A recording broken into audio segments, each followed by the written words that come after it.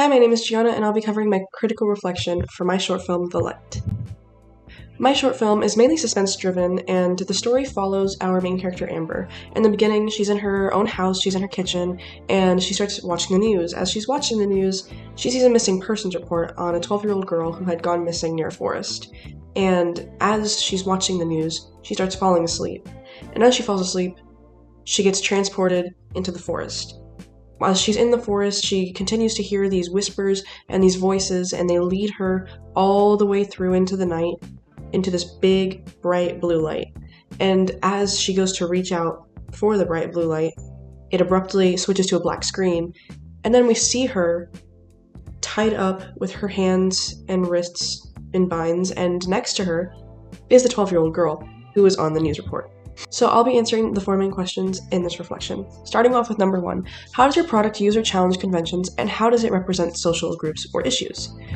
I would say my film falls into the suspense genre, and I use several conventions typical of suspense and horror to create an unsettling atmosphere. As I mentioned before, the opening sequence is in her house, it's normal, and I use very bright, natural light, airy lighting to convey this sense of normality. And it later contrasts with the darker, more oppressing lighting that we see in the forest, and it gets darker and darker as the story progresses. In the forest, actually, it does have some sort of a blue tint as the shadows grow deeper, and then we get to that blue light.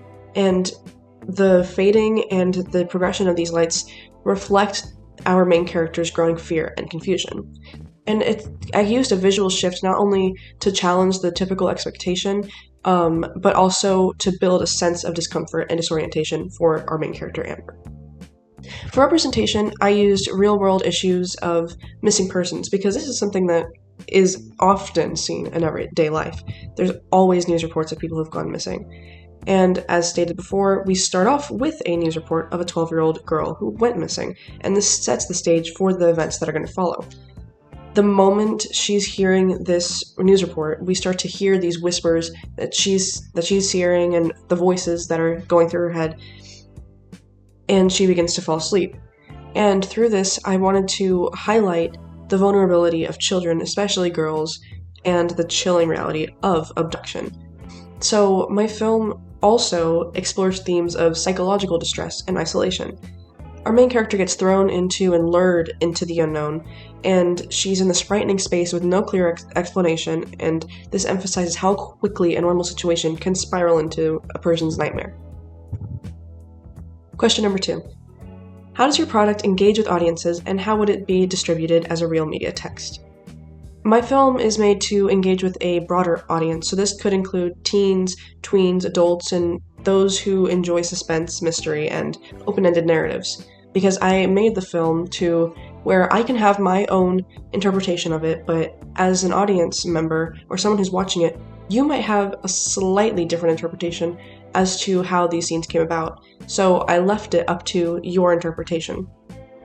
Within the film, they had many different dramatic shifts in tone, from calm to unsettling, and this was meant in order to capture and keep the viewer's attention. The story also encourages viewers to interpret the events themselves, as I mentioned before, so this would likely cause audiences to resonate more with people maybe who enjoy films where they can theorize and analyze deeper meanings, similar to popular suspense and many different mystery genres. If I were to release my film into a real media text, I could see it being part of a larger TV show or a film franchise, because I feel like it would work well as an introduction to a series that focuses on the mystery of these missing people and possibly a supernatural force that's represented by the bright blue light. Due to its name and just its nature overall, it could fit very well with different streaming platforms like Netflix or Hulu, because there's many other mystery thriller series on there, such as Stranger Things, which have found a very large audience. The story's potential for expanding into multiple episodes also allows for greater character development, and it would allow us to explore the different themes of abduction and psychological horror. Number 3, how did your production skills develop throughout this project? I feel that you can see between the very first film that we did at the beginning of the year and this film that I definitely developed a deeper understanding of camera technique and lighting and color.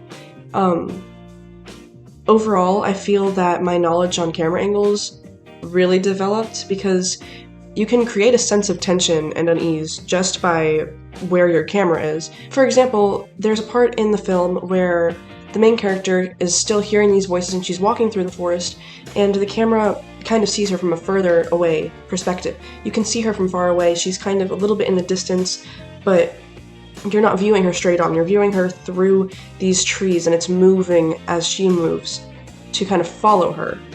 And this not only gives you a very cool look and aesthetic, but it also frames her in a way that maybe suggests that she wasn't alone, whether it's through her mind and the voices that she's not alone, or if there's maybe actually someone there and she couldn't see anyone, even when we don't see it.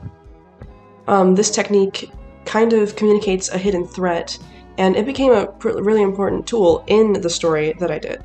And I didn't only further understand camera angles, but I would also say I had a better understanding with lighting and color and how they can convey different emotions and different tones. Because, as I mentioned before, in the beginning we see bright lights, that it's very much natural indoor lighting because she's in the comfort of her own home, and then as she's thrown into this, we see more harsh lighting, and it's tones of blue and things that kind of make you feel uneasy and to show you how the character is feeling.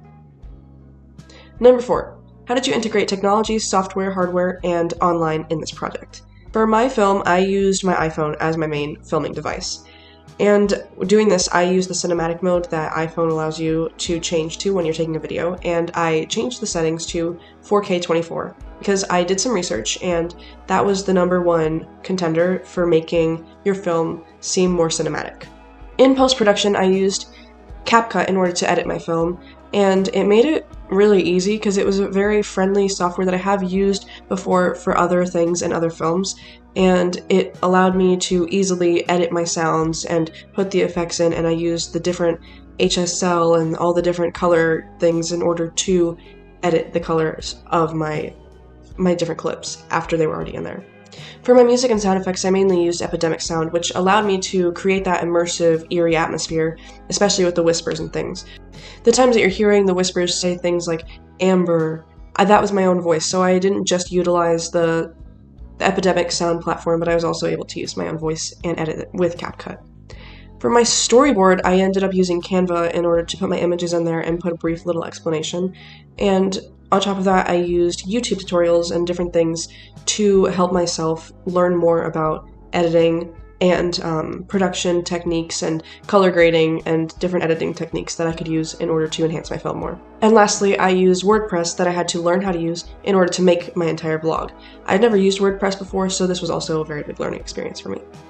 Overall, this project allowed me to explore the different complex things that go into visual storytelling with the suspense genre, and it helped me to develop my different understanding of production skills, especially in camera techniques, lighting, and sound design.